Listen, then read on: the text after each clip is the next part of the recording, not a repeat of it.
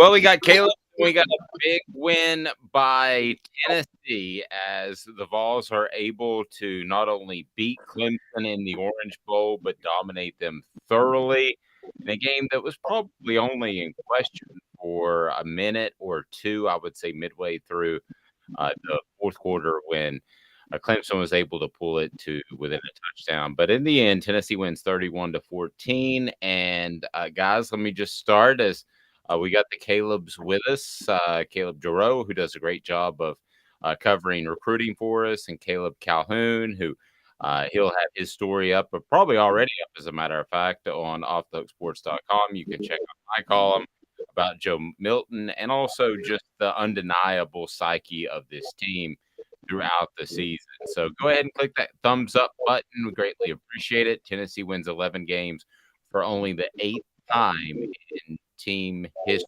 So, Caleb Calhoun, let me start with you. What did you think of the performance? I'll be honest, headed into this game, I didn't know which direction it would go. I could see it going a number of directions, but Tennessee really set the tone early and played very, very well. Yeah, bowl games, you never know how they're going to work out because you don't know what teams feel when they come in. Dave, you and I talked about this last week. It's very memorable. The last time Tennessee played Clemson was in the Peach Bowl in 2003, and that was the last time they were 10-2 at the end of the regular season. They lost that game because everybody knew they were upset about not being in a BCS Bowl in that game, and Clemson was a far inferior team. You have to give Tennessee credit for how they played tonight. I think the standout, I think the story is Joe Milton. I'm going to be honest. We got to be fair to him. No one saw that accuracy coming tonight. I mean, he wasn't perfect, don't get me wrong, by any stretch of the imagination, but he hit Ramel Keaton for a wide open touchdown. I mean, yeah, Keaton was wide open, but that's a touchdown pass that Joe Milton never throws last year or even like 2 weeks ago. Then there were the two other touchdown passes to Brew McCoy and Squirrel White. He hit them on beautiful dimes over the middle. He was great over the middle. I would actually go as far to say he was better over the middle than Hendon Hooker had been all year long. And that's saying something. I've got some thoughts on that. Let me go to Jarreau and kind of an overarching your thoughts of the game and what Tennessee was able to accomplish tonight in the big win. Yeah, I would say the same thing about Joe Milton. He really impressed tonight. My only gripe with him is that every once in a while he'd hold the ball too long. And even with an O-line that give him a lot of time, it looked like he was just looking to run and would end up taking a 2 or 3 yard sack because he couldn't get out of the pocket. But really the defense kind of stood out today. I don't know if you want to say, maybe Clemson's offense just didn't play good, but giving up 14 points to the number 7 team in the nation is always a plus in a bowl game for sure. Please hit that thumbs up button. We appreciate that. I want to share my thoughts. We're getting a little bit of feedback, I think, from Calhoun. I'm going to bring you right back, Caleb. Hang with me. But I want to share my thoughts on Joe Milton. I think that, yes, he was better. I still think there were a lot of errant downfield passes, but I thought a lot of what Joe Milton did was dictated by coverage. I thought Clemson came out and said, you're absolutely not going to be this deep. They played a lot of soft zone coverage. And I think the days of questioning Joe Milton's accuracy in the short and intermediate level are officially over. I think the days of continuing to wonder about his deep ball accuracy are still very valid. So, Caleb, that's where you and I may see it a little bit different. I didn't really have any question about him being able to throw it over the middle, being able to complete some short passes. My question was, in this offense, you have to complete the ball downfield. He wasn't asked to do that a lot. He didn't miss a couple of those. So I still had that question mark in my mind. But as a whole, it's a win for Joe Milton. It's a win for the Vols and an optimistic ending to a historic season because of the way Joe Milton played. I don't think there's any question about that. Yeah, I would say the one area where I might break from you is that I didn't see. Yeah, I saw some errant downfield passes, but I didn't see any more errant downfield passes than I saw from Hendon Hooker throughout the year. That's fair. And so I think look, if you're 50-50 on those passes in this offense, that's exactly kind of what you want to be. And I mean, he did hit Squirrel White for, by the way, not to brag, I called Squirrel White being a star in this game. I said slot receiver position is interchangeable. Jalen Hyatt was a product of the system, and that's going to be proven in the future. And Squirrel White balled out today, but Joe Milton hit him on a beautiful deep ball. He hit Ramel Keaton on a beautiful deep ball. And so we saw that he can do that. He's going to miss a couple of times, and that's going to happen in a game, but I didn't see him missing any more than Hendon Hooker usually misses. And so I have to give him credit for that. I agree. I think where you and I might differ a little bit is I think there would have been twice the amount of throws downfield, especially in the first half, had Clemson not played so soft and played back. And then does he hit? I mean, if he hits 30% of those, that's probably you're winning a football game because we're talking about big gains, much less 50%.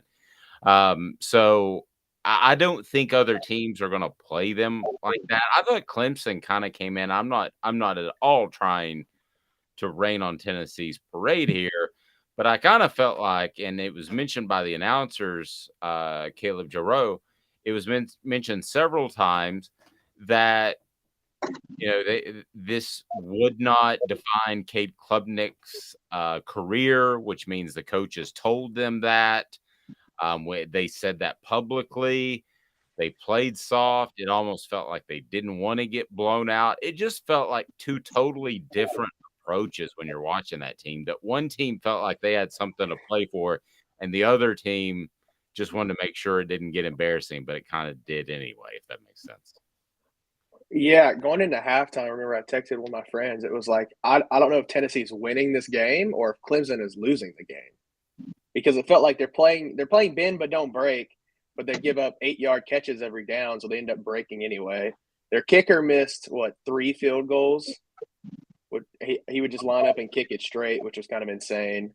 And then Klubnik, I mean, he had some good throws and like the potential's there, but their whole offense is true freshmen. So I'm sure they went in with the game thinking, hey, we have nothing to lose. You know, our running back's a sophomore, top 2 wide receivers are freshmen. We're starting a true freshman. So I could see that too, and it felt like it was conservative for sure. And whenever you're playing Tennessee, you can't really settle for field goals with that offense because you don't know when you're going to get stops. You and I talked during the game, and you thought Klubnik was really bad. Calhoun, what were your thoughts? I thought he looked like a guy who hadn't played a lot, frankly. I thought there were some skills there. It's kind of like a preseason football game to me. I don't know what he's going to be in a year from now. I really have no more idea other than his skill set, and I watched highlights of him throughout the week. I really have no more idea whether or not he'll be a national championship winning quarterback or another DJ and end up getting benched or a Kelly Bryant. I haven't seen enough to determine. You? Yeah, I wrote about this actually in the Right. Rapid Reactions, which is on Off the Hook Sports, guys. Check that out in Prime. It's up now. Klubnik was awful today. Let's just call it what it is. He was horrible today. And what you really saw was you saw a guy who, when he came in the North Carolina game, nobody had really prepared for him. And we know this all the time. Young, the backup quarterback is the most popular person on any team that's struggling a little bit. And then they come in and no one's prepared for him, and then they ball out. And then Tennessee had a month to prepare for Klubnik. And now part of this is a credit to Tennessee's pass rush. I will say Tennessee's pass rush, Byron Young and Aaron Beasley got to Klubnik a lot tonight. And I don't think anybody saw it. I actually didn't think that would happen, honestly. But at the same time, I can guarantee you there was a tell on the Beasley A-gap blitz. They saw something on tape. I don't know if it was what the center was doing or the way the guard was aligned, but there was a tell. You don't come that bare 3 times. They found something on tape. And if you want to make a quarterback uncomfortable, rush him in the A-gap right up the middle. I think it'll be interesting in the next couple of days maybe to find out what that is. They knew something. He had a great game. Again, I'm not taking anything away from him, but I think they figured out something. Go ahead, continue. Well, and even if you don't know, sorry, I want to jump in. Even if you don't know anything, like blitz the true freshman quarterback, see what he does under pressure. Because when he played North Carolina, he just kind of sat back there, and I mean anybody can sit back there and throw to wide receivers. So send some guys at him, hit him a couple times. I mean, his jersey was green at the end of the game, so they obviously did their job right. Yeah, he looked pretty rough. Even my wife, who knows nothing about football, noticed that and said, "Look at his jersey. My goodness." Exactly. Calhoun, I thought Tennessee's defense in particular played with a bit of an edge. I thought the whole team played with an edge. And I think it's because they feel like Hendon Hooker's injury was part of the reason, and I believe this to be the case, that they weren't included in the college football playoff. Kind of like the NCAA basketball tournament will do the same thing. If you get a player hurt right before, it'll affect your seeding.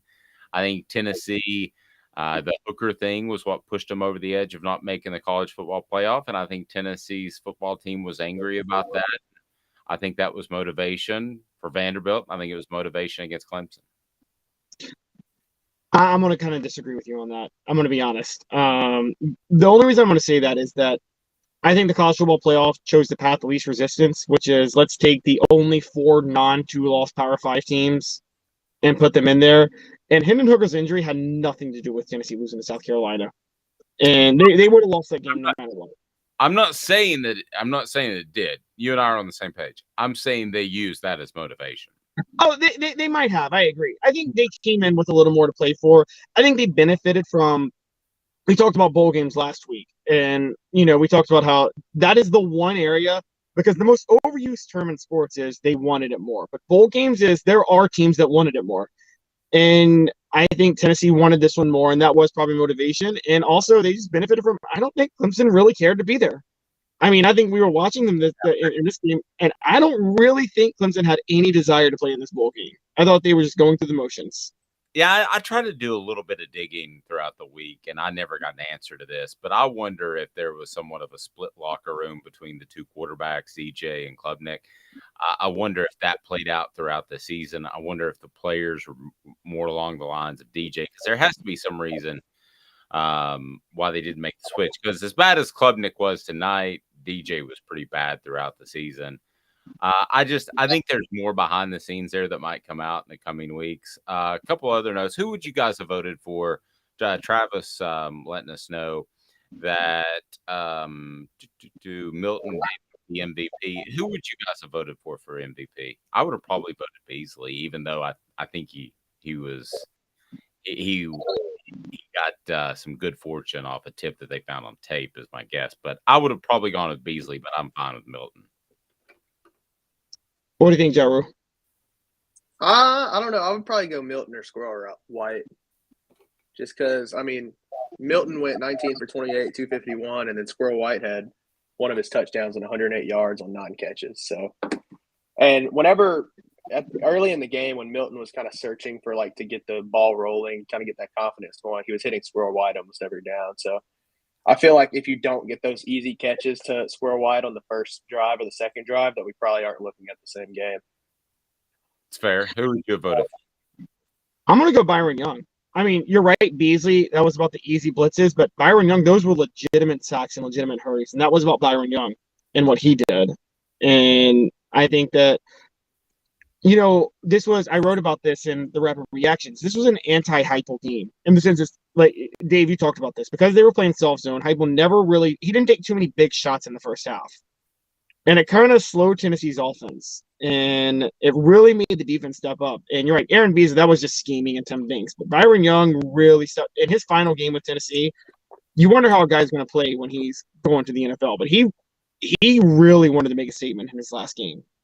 And you got to give him credit for that. The fact that we're having a discussion amongst 5 players tells you how convincing Tennessee was tonight. That we're discussing 5 different legitimate candidates for MVP. Do me a favor, if you're tuned in, hit that thumbs up button. It allows us to reach out to more people, and we greatly appreciate that.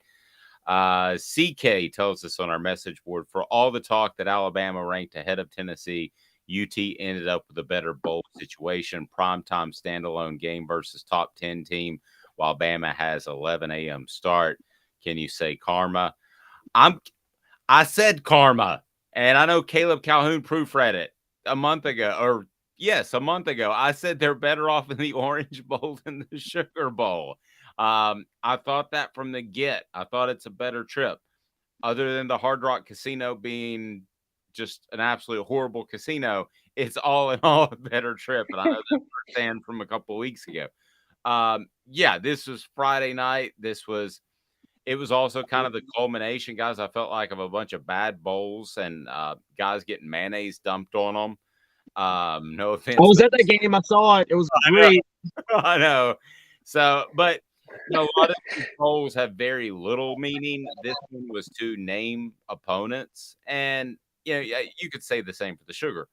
But I just thought nighttime, it was a great lead, and I think tomorrow I'll be interested to see the nationwide TV numbers because I think tomorrow that there'll be a lot of people that think I need to take care of my wife's to-do list, my to-do list, whatever the case may be, and then I'll start watching football at 4:00.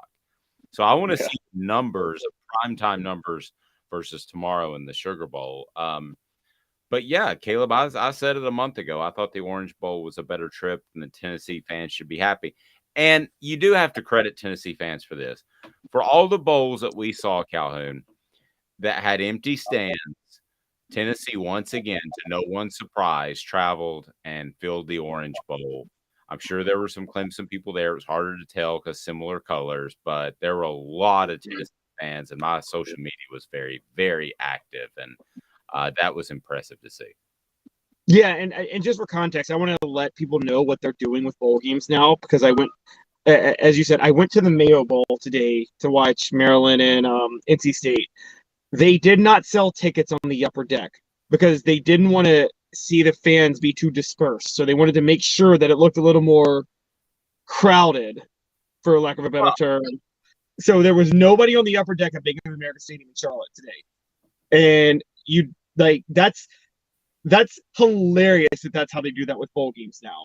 And so when Clemson played Tennessee, I go back 20 years. I think this speaks to the hunger of the Tennessee fan base. Dave, this must have been a year before you said you started covering full time, I think, but in '99, Tennessee was so spoiled with success. Remember they played Nebraska in the Fiesta Bowl, and they didn't fill the stadium. Nebraska filled that stadium, and it was like 3/4 Nebraska fans. So 2 years later, when Tennessee clearly was the better team than Florida, Tennessee and Florida both had 2 losses. Tennessee beat Florida, had 1 more win. Florida got the BCS Bowl invite specifically because Tennessee did not fill the stadium in the Fiesta Bowl 2 years before. And then comes 2003, Florida gets the Outback Bowl invite over Tennessee, even though Florida's 8-4 and Tennessee's 10-2. And Tennessee couldn't fill the stadium in the Peach Bowl that year. And they lost to Clemson that year. And I think that there was a big appreciation for where they are as a program with Tennessee. I think Tennessee just really appreciated being in this bowl game, and they understood what it meant. And you can tell Clemson is a little more where Tennessee was 20 years ago, where they're like, gosh, we're supposed to be in the college football playoff, and we're in a consolation New Year's Six bowl game, and the fans didn't show up. Tennessee fans did. The team didn't show up. Tennessee's team did. And we haven't even talked about the long-term implications of this for recruits because I said this before, Tennessee and Clemson cannot exist as powerhouses. The town's not big enough for the two of them to both be powerhouses. And this was a huge game in that regard. No, I agree. It looked like Jarreau. It looked like one program trending up, one program trending down. Simple as that to me. Well, the first thing I thought about when Calhoun was talking about it is Tennessee had this drought for so long where they weren't good. Butch Jones, Derek Dooley, all those coaches, and they haven't had success. It's almost kind of like re-energizes the fan base with their success. Like, this isn't guaranteed. You talk about like the prime days of Tennessee football, like early 2000s, late 90s. It felt like they were in the mix every year. So it was just expected they would get the best bowl games and that would come. And you almost see that with Clemson now with Dabo Swinney. Like, they're expected to be in the college football playoff. The ACC is not particularly strong, so you're supposed to win it every year. And now they're not showing up to these consolation bowl games. So I really do think you see Tennessee on the uptrend. And I wouldn't say Clemson's program is trending down, but they're super young, so you really can't say that. Like Klubnik, we don't know what he'll become. He might become Trevor Lawrence next year. Or he might become, DJ going to Oregon State. So I really don't know where Clemson's program stands after this game, but I feel like Tennessee is on the way up. the reason I think they're trending down, and at one point I thought Alabama was trending down, and then they trended back up. I'm not saying it's a permanent direction, but I think they're trending down because you lose one of the best defensive coordinators, Brent Venables, to Oklahoma. I think that you haven't embraced NIL correctly. I mean, they could turn all this around, but just if you're a high school kid watching those two teams right there, I don't think there's any question which one you want to play for. And we're not even taking into account all the highlights that Tennessee's had throughout the season and the records broken and all that sort of thing. When you really sit back and think about it, Tennessee's won 11 games in a season 8 times. And I would take this team's psyche. No, I didn't cover. I think it was the 1955 team. I'm not that old. But I will say this. I would put their psyche up against anybody that they've played. Please, again, hit the thumbs up for us. It helps us share to more people on YouTube. Because this team shouldn't have won 11 games. They were predicted to win 7.5.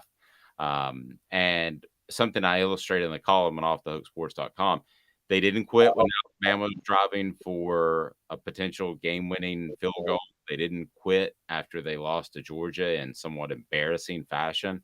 They didn't quit after South Carolina. They just didn't quit. And Caleb, those years, those things that happen, I think you were actually one of the first to say this. You don't know when you have a chance to grab those years. I think it was after the Alabama game. The makeup of this team mentally is going to change dramatically because it changes at every program every year. Josh Heupel will still be the head coach, but the Indians have to kind of fall in line with the chief. So you don't know what this team's going to be like. You could make an argument their roster is going to be better next year, but that's something this team had, not at the championship level like the 98 team, but that little something of not quit they had, and I think it'll be one of the most revered teams in Tennessee football history. Yeah, I agree. I think you said 1955. I actually think it's 1965 that they most resemble. So for anybody that's interested in Tennessee football history, Doug Dickey came in 1964. And Dave, you know enough history to know Tennessee was a dormant. The single wing had died. They were way behind the times when Doug Dickey took over in 64, and he revolutionized the game. He revolutionized Tennessee football. 65 was the second year. They finished in the top 10 that year. Now, in 1966, they finished unranked, but still went to the bowl game. 1967, though, like the recruiting they were able to get from that 1965 year paid off in 1967. That was with Dewey Warren, the Swamp Rat. Anybody know Dewey Warren? and they went 9-2, won the SEC, and retroactively have declared themselves national champions for the 1967 year because they didn't count champions after bowl games during that time. So that second loss doesn't count. Yeah, I you know that history way better than me. I can tell you that you're absolutely right with the Nebraska Fiesta Bowl. I was at that game, and I was covering that game, and there were just a ton of Nebraska fans. I can tell you the 98. Now we're talking the season, so let me get my years right. The 97. So I'm sorry, the 2000 Fiesta Bowl. Mm-hmm. Right. Okay, so 98 to 99 national championship. It was they went back to the Fiesta Bowl 99 to 2000. That was a ton of Nebraska fans. And then if you want to go back, one of the weirdest ones was the 97 to 98 because that was Peyton Manning's senior year. And I went to that game, just sat in the stands. And the funniest thing about that is you had a ton of Nebraska fans, but you had a ton of Florida State fans too, because they thought they were going to be at that game. And I remember sitting in a section that was almost all Florida State, and it was just bizarre. Tennessee Smokey says, what an accomplishment for Josh Heupel and his coaching staff on their efforts to put out the dumpster fire in Knoxville and turn the Tennessee football program around. Congratulations. We did have another post. I'm going to go through this, David. Have you had a chance to figure out who won the final score contest? I will check that tomorrow. He said he just got done driving. Apparently a great game it was if you're a Tennessee fan. He is in Gallup, Mexico. So be safe and better off driving than taking a Southwest flight. Because you're never going to get there. Well played. Well played. Thank you. Someone has been following their stock recently to see when might be a good time to purchase, if ever. Hit the thumbs up button. We're going to hang with you a little bit longer and talk about Tennessee's big win. I have a question for you. So if somebody looks at this Clemson game and they say, okay, you had them manageable at 14 points at half, right? You had them manageable with this soft zone. Is that a way to defend Tennessee in the future and make Tennessee a team that has to complete a bunch of intermediate passes, that has to mini chunk their way down the field? Could you see that being a way that teams start to defend Tennessee in the future? Be interested to see how people adjust, because at some point, what TCU's running, which is somewhat similar, and what Tennessee's running, and what they're trying to run somewhat similar in Oklahoma. I mean, they're going to find out a way to defend this. Could you see that being the evolution, Calhoun? I mean, maybe, but it's not like Joe Milton. At that point, Tennessee, Josh Heupel will just find quarterbacks who can convert passes over the middle, because that's what Joe Milton did. So you win 35-20 instead of 65-40. I don't know. Yeah, much better. And Dave, I got to be honest. I think you're being a little bit unfair to Joe Milton on that, because yes, Clemson played a lot of soft zone. Joe Milton had 2 touchdown passes that were over the middle. That was in the red zone. Clemson wasn't playing soft zone at that point. They were Brew McCoy and Squirrel White were well covered on those plays, and that was just a nice pass by Joe Milton. No. I have zero question about his intermediate accuracy. Zero. I thought those were great throws. I thought they didn't take as many chances downfield because of the way they were playing soft in the first half. I think if that's the way they get played by most of the teams they played this year, they're taking 6 or 7 shots downfield as opposed to 3 or 4. Yeah, but if that happens, I mean, who cares if that's how they win? I mean, they control the game. I agree. Jarreau, defensively, Tennessee without Jeremy Banks, and when we talk about Aaron Beasley, I think we would all agree that Tennessee's defensive backfield could still use a bit of work. And I guess we'll see if the talent comes in. I know you'd written about a bunch of guys that are coming in. I don't know if you have anybody that is on the top of your head. This football team, in terms of roster, to compete on the championship level, I believe year in and year out, has to upgrade. They're not there yet, but they're getting closer. I feel like a little bit of what we saw tonight was there was some coaching there, because a lot the defensive backs weren't getting burnt per se, because Klubnik was not throwing over their heads. He was underthrowing everything, but they would never turn around and look at the football. So anytime Klubnik would underthrow those receivers down the field, it was an instant defensive pass interference, because the DB wouldn't turn around. If the DB turns around and looks at the ball, it doesn't matter what contact is there, because he can just say he's playing the ball. But whenever they're running, with their hands up and then the receiver tries to cut back, it just doesn't work. So that was what stood out to me tonight the biggest on defense. I feel like the linebacker play was all right. They get some linebackers in the 23 class who can probably step in, some guys maybe in that star position. But the DBs, I just don't understand. I don't understand where the disconnect is, because they're either pass interfering intentionally, or they're not turning around to look at the football, or they're just completely not there. So I do think Klubnik bailed them out a little bit tonight.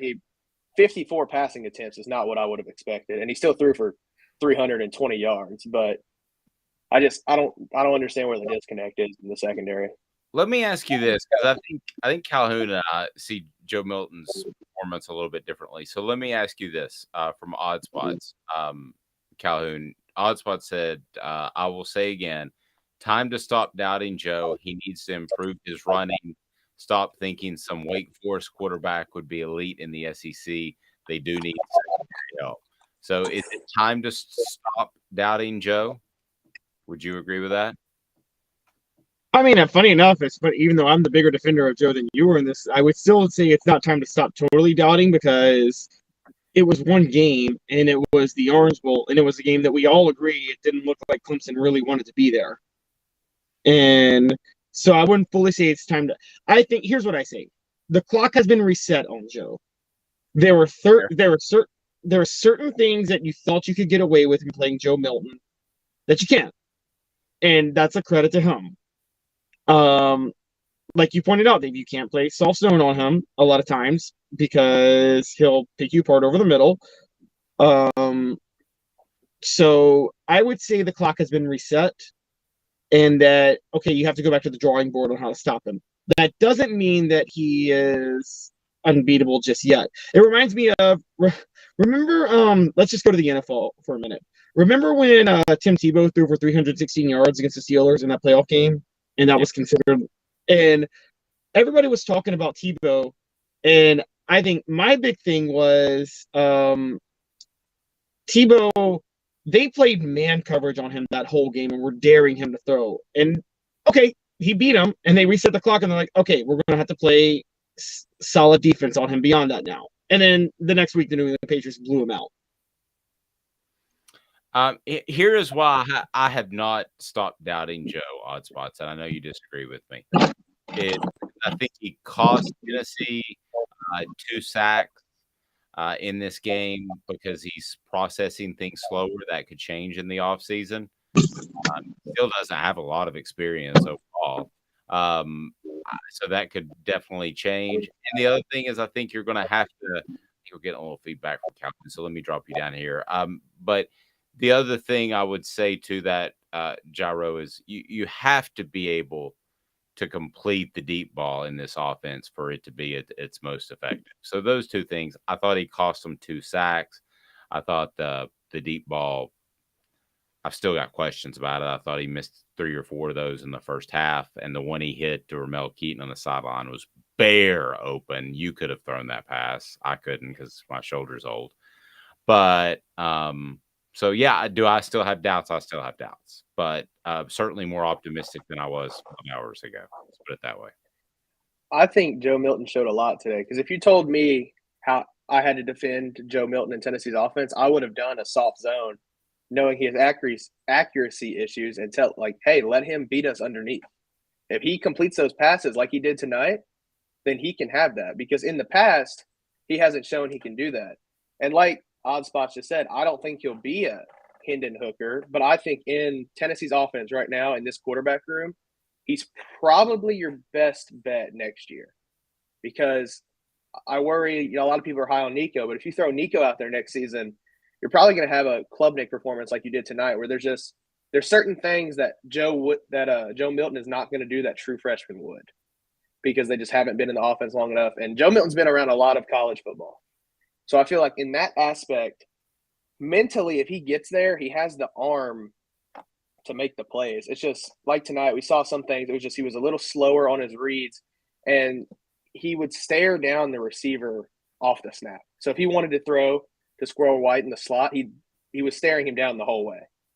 He never looked anywhere else. So that's another thing Hooker was really good at is he could look off the safeties and open up a Jalen Hyatt deep ball. So I feel like there's steps Joe Milton has to take if he wants to reach that Hendon Hooker-esque level where you can compete in the top of the SEC. But I feel like if you put him in the offense next year, he'll suffice.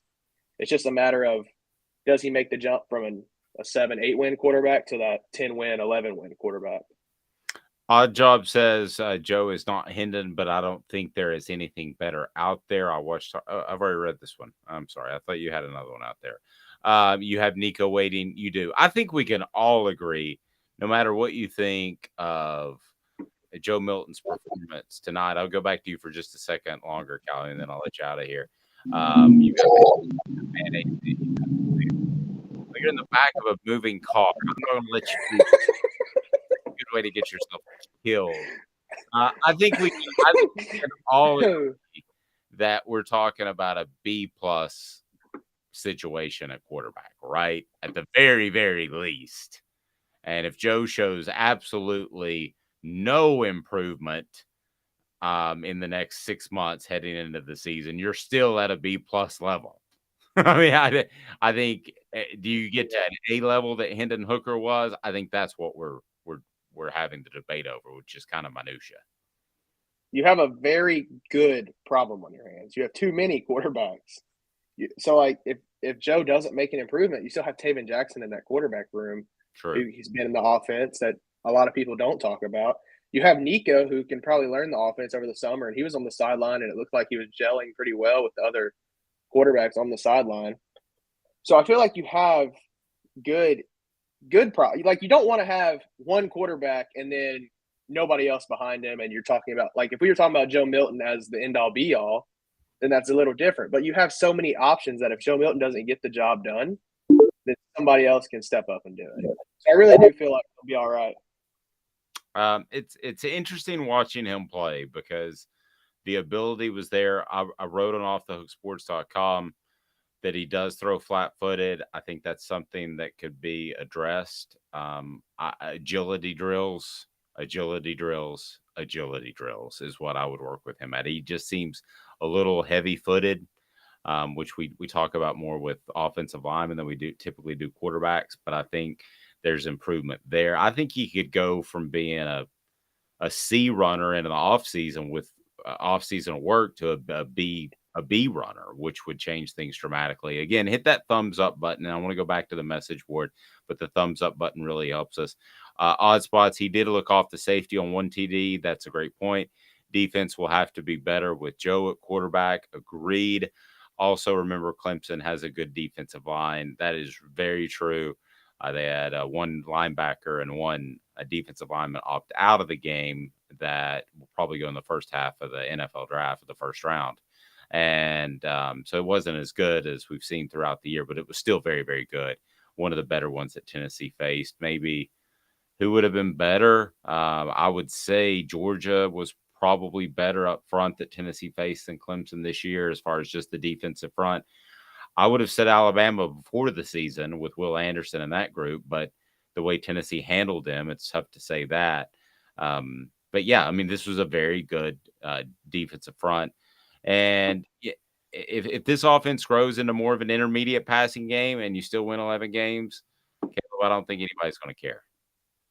No, I mean, if you win 11 games and it's not as flashy as it was this year, I don't think anybody will complain. And I do think with Joe at quarterback, your defense will have to be better because, like, the Alabama game always comes to mind. Like, Hendon came out and was almost always in a deficit or fighting for that win, and he got it done. With Joe, I don't know if that'll happen as much because he's just not experienced in the position as well. So I also think if Joe is playing with a lead, a lot of tension is a lot of pressure is taken off of him because if your defense can get stops and you get to come out like, I don't know, you're playing Florida in September, October, and you stop Florida and then you come out after a 3 and out and you get to put up a touchdown, you can just keep doing that. Your job gets a lot easier. So I do agree that the defense has to get better. And that's really the only thing holding this team back right now is because I believe whoever you put at quarterback will suffice as long as your defense can get any stops. David says if Joe is a B+, then Hendon was an A+. Joe can improve, and we can have a great team next year. No doubt about that. I want to hit on that. Who really stood out on defense for us? What a great unexpected year. Go Big Orange. Agree with all of that. Brandon says, thank you, Dave, and everyone at Off the Hook Sports. Especially want to mention Amanda LaFrada, who's fantastic, for being a big part of the awesome season. Great YouTube channel. I was just about to go to Caleb Calhoun, and I don't know, maybe pass under a bridge. But there he is. Caleb Jarreau, I want to thank you as well, and Caleb Calhoun. It's been a heck of a year. I'm ready to eat my black-eyed peas and ready for this year to be over. So we always black-eyed peas are disgusting. I don't eat them. I despise them. You with the way my wife cooks them with ham, you would love them. Wrong. Come on over. Come down. Come see us because we're going to be happy all day on Sunday. But it's really the symbolism of this has been one heck of a year for us and me. And yeah, but I'll get you fake black-eyed peas and you can eat them on Sunday. All right, let's leave it at this. How many games does Tennessee win next year? It's never too early. Without looking at the schedule, I'm going 9. I'm not a big believer in them next year. lot of rebuilding that needs to be done. And I said, but I'm still on the bowl game or without bowl game. Oh, I'm going 8 in the regular season without the bowl game. I'm going 8. I said 9 with the bowl game. I'm going 8. But I'm all on the 2024 national championship train. Everybody join. All right. Caleb Jarreau. I'm saying 10 in the regular season because your SEC West opponent next year is Texas A&M, and we know what a train wreck that is. So that's a gimme. And you have to travel to Tuscaloosa, which will be tough, and you have to travel to Gainesville, which is always, I mean, Florida could be bad, but going to Gainesville is still a tough game, no matter what team they have. So I don't know. I'd say 10. I put the over under at 9.5. I'm going to take 10 as the total, but I'm going to cheat and include the bowl game. Caleb, safe travels. Both of you guys have a very happy new year. I'm sure I'll talk to you tomorrow. We've got a ton of coverage on offthehooksports.com. We want you to check that out. We'll have a ton coming out tomorrow as well. Oh, another person I want to thank, Marlon McKinney, who has been absolutely fantastic with Vol stuff. There's a lot of people to thank. This has been an insane year, and wait till we really get rolling here in a couple of weeks, about a month. We've got some big additions we're excited about, and we hope to continue with Cooper Mays and Jacob Warren. But Jacob Warren may have to work it in between his workouts with an NFL team. So I don't know if that's necessarily going to happen. So have a very blessed weekend, everyone. Happy New Year. Thank you, Caleb's. I'm Dave Hooker. This is a presentation of Off the Hook Sports.